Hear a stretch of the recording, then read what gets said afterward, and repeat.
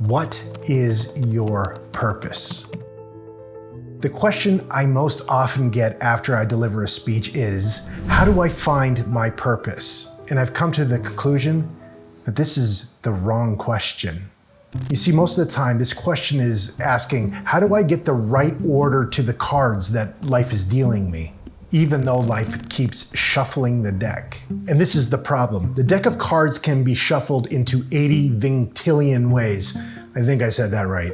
It's a number so large you probably have never heard of that term before. The number is so big, it means that if you take a deck of cards and shuffle it, it probably is ending up in an order that nobody on earth has ever seen before. Like, check this out. If you took just one suit of cards, say the hearts, the ace through king of hearts, and you began to arrange them into every different variation they could be arranged, you can arrange those 13 cards in 6 billion different variations. That means if you were to arrange the suits into a different order for every second of the day, it would take you 190 years to get through all of the variations of just one suit of cards. So we have our life, our deck of cards, as it were, shuffled by life, and we have this expectation that it needs to come out in a certain order and in a certain way and have a certain pattern for us to understand what our purpose is. One of the primary reasons is we look at other people's deck of cards and how their cards are coming out, and we think, if we could just have our cards come out in that exact way, then we would be happy, then we would have purpose, then we would be able to figure out what this life is all about. But it just doesn't work that way. So we now have generations seeking a specific pattern, often because of comparison, and thinking that life isn't meaningful unless it comes out in that specific pattern. And life is just too rich and diverse to be pigeonholed into that type grouping. It just don't make any sense.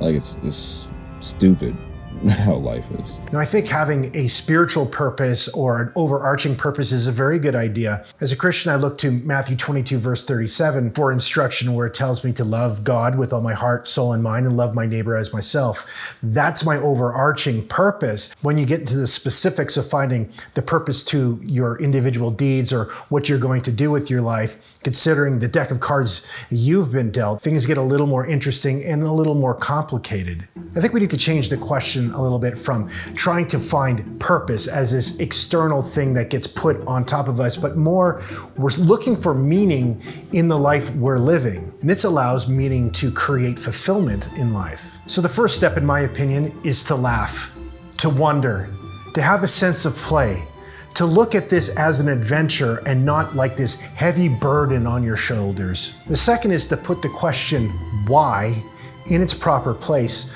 Simon Sinek had that great speech called Start With Why, and it helped many people. I valued this speech, but I think that we have taken this question, Start With Why, to the extreme, and it's actually started to become confusing. It actually becomes a bit destructive, kind of like that 5-year-old in your head constantly asking, why?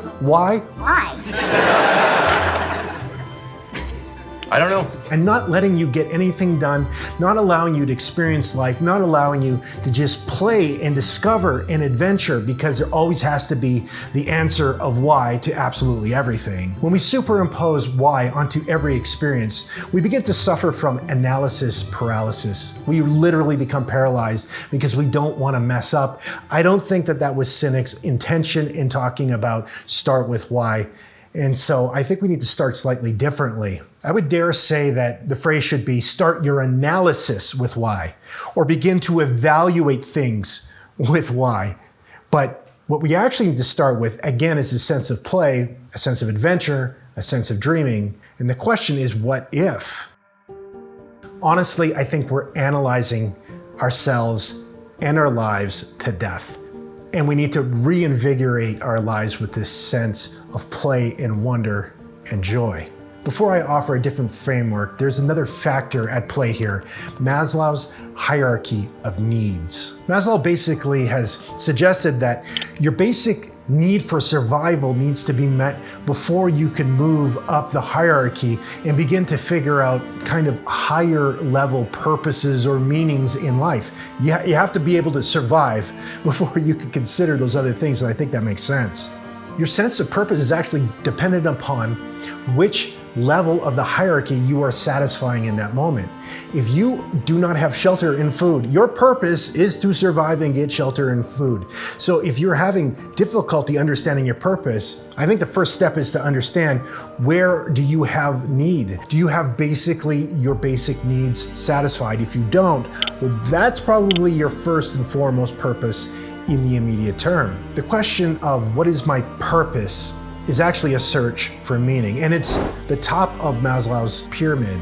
It's self-actualization. We have people trying to solve that top tier problem before they can even pay the rent, and they're wondering why they're getting frustrated. Before solving that problem, you have to know how you're gonna put food on the table, how you're gonna have shelter. Do you have personal connections and relationships? Do you have things that are providing a sense of confidence in yourself? Like, you need to feel good about yourself in some way before you try to self-actualize at the top of the pyramid. Do you know what imposter syndrome is? It's likely having a large deficit lower down on the pyramid than what you're trying to operate.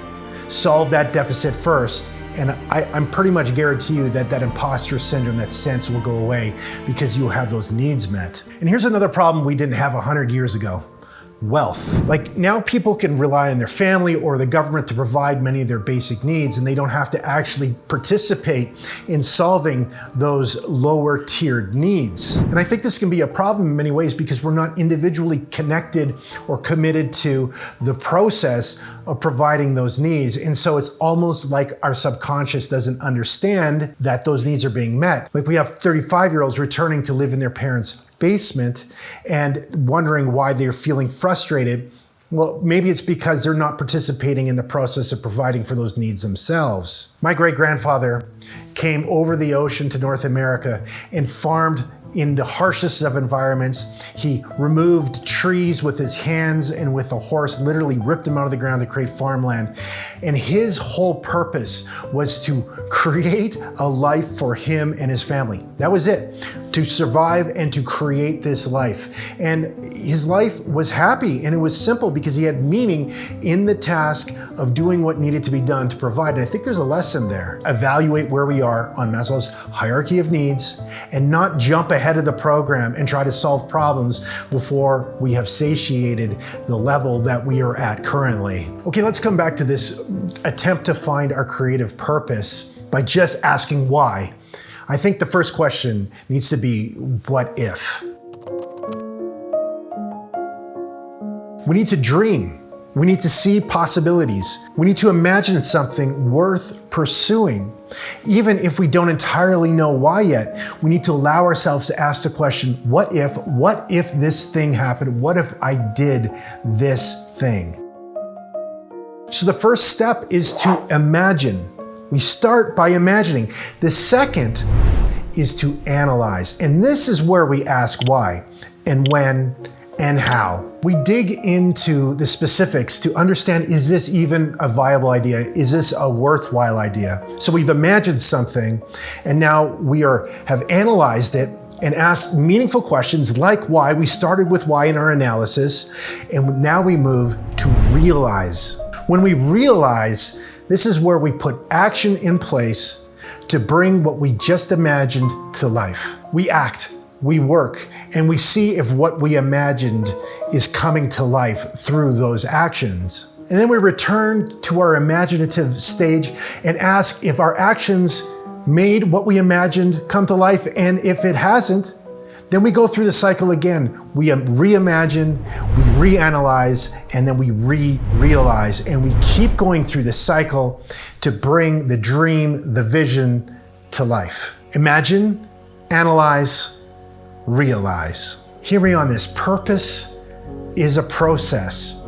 It is constantly changing as we get older, as we get new skills, as life throws us bumps. Our purpose changes even as we find meaning in different ways through the life we're living. I'm saying that finding your creative purpose is the journey. Address the hierarchy of needs. Understand what you need to address right now. That is likely your purpose in the moment. And as you get to the top of that pyramid, to self-actualization, to creating the life you want to create, It is a process and a journey. I honestly think the best thing that you and I could do is just to start imagining, start creating, and to have some fun with it, for crying out loud. Everything is so analytical right now. You watch a million YouTube videos trying to figure out your life.